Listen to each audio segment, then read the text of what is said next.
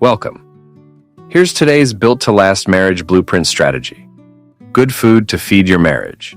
Today's blueprint strategy is Put your spouse first. In 1 Corinthians 9 through 11, Paul described how he willingly surrendered personal rights so that others could be helped. Rather than insisting on what he deserved, he focused on what would best serve God's purpose. Then he challenged believers, "Follow my example, as I follow the example of Christ."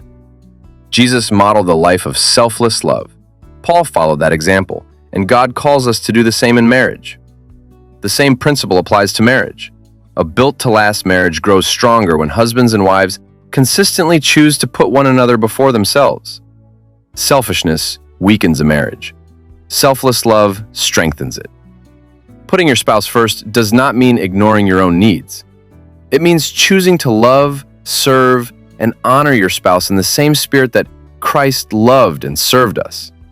Ask yourself, how can I help my spouse today? How can I encourage them?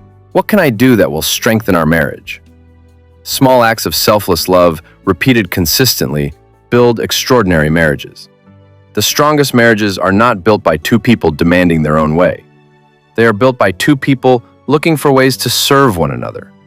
A built-to-last marriage grows stronger when husbands and wives put one another first. Marriage reflection. What is one practical way you can intentionally put your spouse's needs ahead of your own today? Prayer.